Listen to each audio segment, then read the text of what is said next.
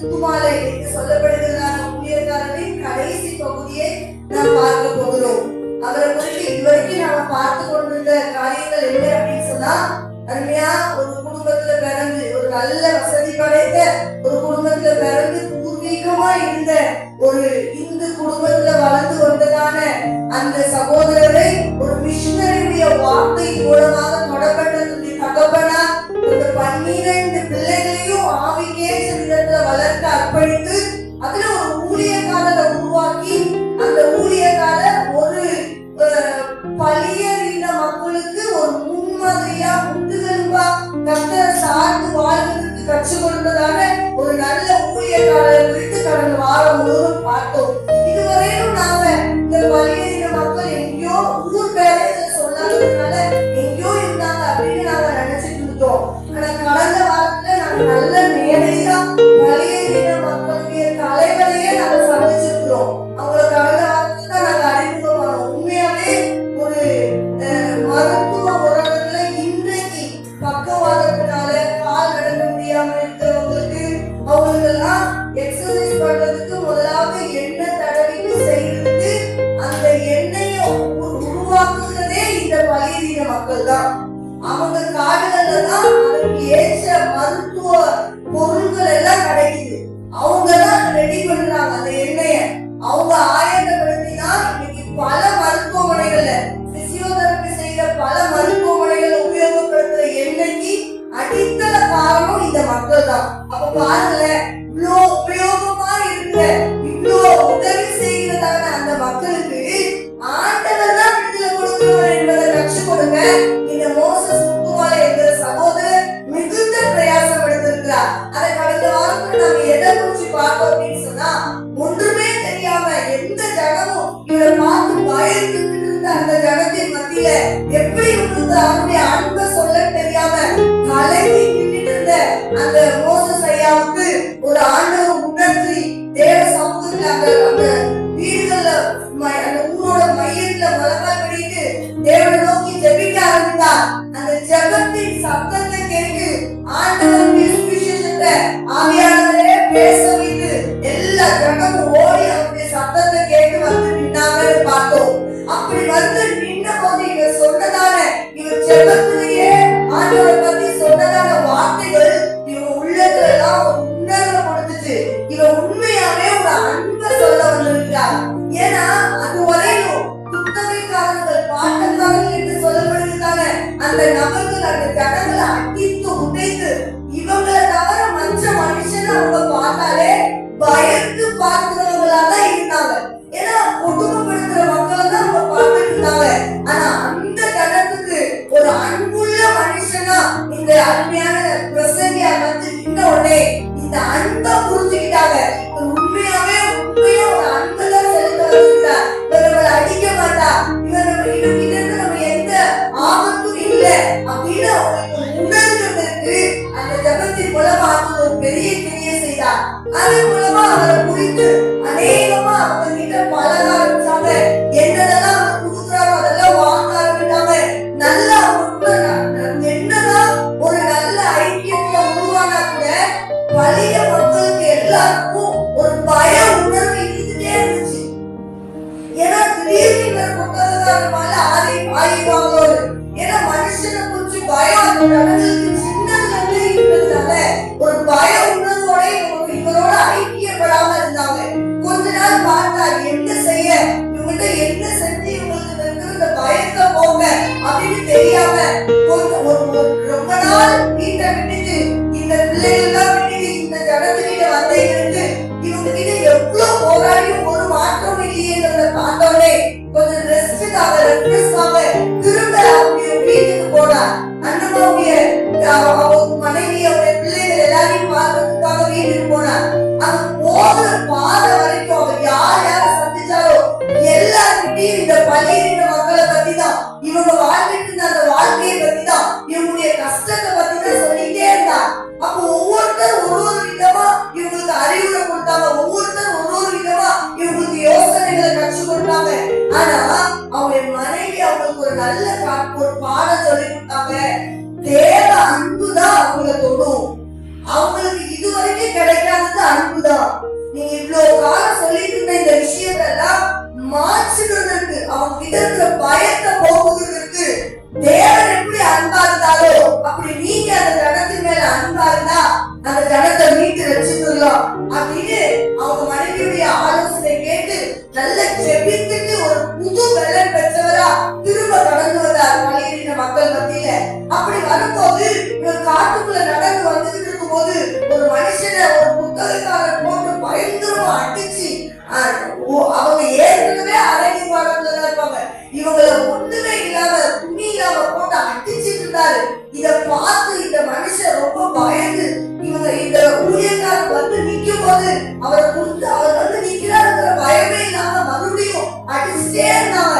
உடனே இவருடைய ட்ரெஸ்ஸ கலக்கி அந்த பலியிடம் அந்த வாலிபனுக்கு கொடுத்து அவனை அப்படியே கட்டி அடைச்சுக்கிட்டு அவனை அடிக்கிற அந்த அடியை என்ன அடிக்க, அவனை எதுக்காக அடிக்கிறீங்களோ அதுக்கு என்ன இழந்து கொடுங்க அப்படின்னு போய் இவர் ட்ரெஸ்ஸ கொடுத்து அவரை காப்பாத்தி அவரை அடைச்சு புடிச்சுட்டு இவர் போய் நின்று சொன்னாராம்.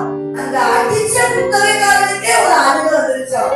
இவர் போய் நின்று இந்த வார்த்தையை பார்த்தோன்னே எப்படி இப்படி சொல்ல முடியும், இதுக்கு இருக்கிற மனுஷன் எல்லாரும் அடிக்கிறதுக்கு தானே ஆர்வமா இருக்கிறோம், ஆனா இவர் அடி வாங்குறதுக்கு ஆசைப்பட்டு நின்று கேட்கிறாரே, இவ்வளவு பெரிய ஆள் பார்த்த அவரை பார்த்தாலே பெரிய பணக்காரன் போலவும் நல்ல அழகாவும் தெரியாது, நல்ல உணர்வுத்தி வராது, ஆனா இவர் இப்படி வந்து எப்படி சொல்ல முடியும்னு அடி வாங்கினவரும் ஆண்டவருடைய அன்பை புரிஞ்சுக்கிட்டார், அடிச்சவரும் புரிஞ்சுக்கிட்டார். இப்போ ஒரு பெரிய மாற்றத்தை அவர் பார்த்துட்டார். ஆனா இது தொடர்ந்துகிட்டே இருந்துச்சு. அடிக்கடி அந்த பலியிட மக்களுடைய ஒவ்வொரு மனுஷங்களையும் புத்தகக்காரர் வந்து அடிக்கடி துன்புறுத்திட்டே இருந்தாங்க. ஒரு நாள் ஒரு வாலிபத்திலேயே பயங்கரமா ஒரு 30 பேர் சேர்ந்து நின்றுட்டு பயங்கரமா அவளை தப்பிக்க விட முடியாதபடி அவளை கட்டி அவளை கஷ்டப்படுத்தி அவள் ட்ரெஸ் எல்லாம் எடுத்து ரொம்ப அவமானப்படுத்திட்டு இருந்தாங்க. இதை இவர் ஒரு நிமிஷத்துல கேள்விப்பட்ட உடனே போய் அந்த வாலிபத்திலேக்கு ஒரு பாதுகாப்பு கொடுக்கிற மாதிரி இவர் ட்ரெஸ் கொடுத்து அவரை பாதுகாத்து அடிச்ச எல்லாருக்கிட்டையும் ஒரு அடி கூட திருப்பி கொடுக்காம அவங்க கிட்ட அன்பா மாத்திரம் பேசியிருக்கிறார். அன்பா மாத்திரம் அந்த எதிர்த்து அடிச்ச மனுஷங்கிட்ட இவர் பேசின அந்த வார்த்தையை கேட்ட உடனே இந்த அடிக்க வர புத்தகக்காக எல்லாருக்கும் ஒரு பயம் உருவாக ஆரம்பிச்சு, இனிமே இந்த ஜனத்துக்கு ஒரு பெரிய பாதுகாப்பு அறை மாதிரி இந்த மனுஷன் இருக்கிறானே, இவனை எப்படியாவது ஏதாவது செய்யணும் அப்படின்னு சொல்லி இவனை ஏதாவது செஞ்ச பிறகுதான் இனி அந்த ஊர்ல இருக்கிற மக்களை நம்ம அடிக்கலாம் மாற்ற முடியும், அதனால முதல்ல இவனை கொன்றணும்னு சொல்லிட்டு அந்த பலியிட்ட மக்களுக்குள்ளேயே ஒரு மனுஷனை காசு கொடுத்து விலை கொடுத்து வாங்கி இவங்க சொல்றதெல்லாம் கேட்கிற மாதிரி அவனை மாத்தி வச்சுட்டு இவர் தூங்கிட்டு இருக்கிற அந்த குடிசைக்குள்ள இவரே எதிர்பாராத நேரத்துல போய் இவரை கொன்றணும் அப்படின்னு சொல்லி அந்த மக்களையே கண்வசப்படுத்தி ஒரு புத்தகக்காரர் ஆயத்தப்படுத்தினார். இது தெரியாம எதுவுமே எனக்கு புரியாம நாங்கள எப்போதும் அந்த வீட்டுல தூங்குற மாதிரி இந்த குடிசைக்குள்ள அவர் படுத்திருக்கும் போது திடீர்னு ஒரு சத்தம், பயங்கரமான ஒரு ஆயுதத்தை கொண்டு வந்து அந்த பணம் வாங்கினதை வந்து கொல்ல வர பாக்குறான். ஆனா அவர் சத்தத்தை கேட்ட உடனே இவர் எழுதிட்டாரு.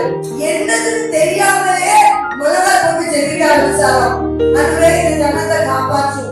அப்பவும் என்ன பாதுகாத்துக்கொள்ள, நான் இப்படிப்பட்ட ஆபத்தான இடத்துல இருக்கிறேன், இந்த ஜனமெல்லாம் யார் என்ன கொலை பண்ண வருவாங்கன்னு தெரியல, என்ன பாதுகாத்துக்கோங்க அவருக்காக அவர் ஜெபிக்கல. இந்த சத்தத்தை கேட்டுட்டே இருந்த அந்த கொல்ல வந்த வாலிபர் அவர் ஜெபிக்கிறது கேட்டுட்டே இருக்கிறார். என்ன சொல்லி ஜெபிக்கிறாரா, இந்த பலியிட மக்கள் தன்னை அறியாம தனக்கு இருக்கிற உரிமையை புரியாம தனக்கு இருக்கிற பலத்தை புரியாம இப்படி மத்தவங்களுக்கு அடிமையா இருக்கிறாங்க, இவங்க அடிமைகளை எடுத்து போகணுமே ஜெபிக்கிறாராம். இந்த ஜெப சத்தத்தை கேட்டு கொல்ல வந்த வாலிபர் பேர் வந்து மிளகா போட்டுட்டான் அவர் ஜெபித்துட்டு இருக்கிற இடத்துல. இது பெரிய ஆச்சரியமா ஊரெல்லாம் பேச வந்துச்சு. அந்த கிராம காட்டுக்குள்ள இருக்கிற எல்லா ஜனத்துக்கும் இந்த கொல்ல வந்த வாலிபனையும் கொல்ல வந்த வாலிபன் செய்த செயலும் எல்லாருக்கும் பேச வந்துச்சு. அப்போ இது பெரிய மாற்றத்தை கொடுக்கறதுதான் போலயே, இவர் சொல்ற ஆண்டவர் நம்மளுக்கு ஏதோ செய்ய போறார் போல அப்படின்னு கொஞ்சம் கொஞ்சமா சொல்ற வார்த்தைகளை கேட்கலாங்க. அப்படி கொஞ்சம் கொஞ்சமா சத்தியத்தை கேட்டு தெரிந்து கொள்ள வந்த யாரெல்லாம் வந்தாங்களோ எல்லாருக்கும் இயேசு அன்பை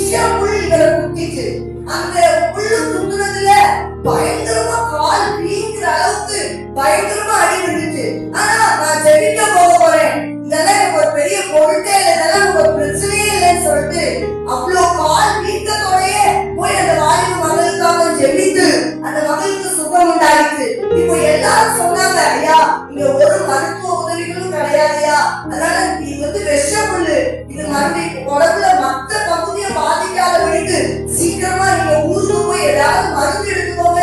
அந்த ஜனங்கள்லாம் சொன்னதுனால அவர் மறுபடியும் ஊருக்கு போய் கொஞ்சம் மருந்துகள் எடுக்கிறதுக்காக ஹாஸ்பிட்டலுக்கு போக போனா அவருடைய மனைவிக்கு இந்த விஷயத்த தெரிஞ்சோடனே ஜெபித்து, இதெல்லாம் ஒரு பெரிய விஷயமே இல்லப்பா, ஊழியத்தை தந்த ஆண்டவருக்கு, அந்த அம்மா சொன்ன வார்த்தை தான், ஊழியத்தை தந்த ஆண்டவருக்கு ஊழியத்தின் பாதையில நடக்கிற எல்லா பிரச்சனையும் தெரியும், அதுல அவர் தான் வெள்ளம் தர முடியும். அதனால நம்ம ஜெபிச்சுட்டு நம்ம ஊழியம் செய்வோம் அப்படின்னு ஆர்வமா அவங்க மனைவி சொன்ன அந்த உற்சாகமான வார்த்தைகள், இந்த மருத்துவ உதவிகளை செய்து கொண்டிருந்தாலும் என்னதான் மருந்துகளை எடுத்தாலும் அந்த அம்மாவுடைய உற்சாகமான விசுவாசம் கொடுக்கிற வார்த்தைகள் தான் அவரை நல்ல ஊழியத்துக்கு உற்சாகப்படுத்துகிறது.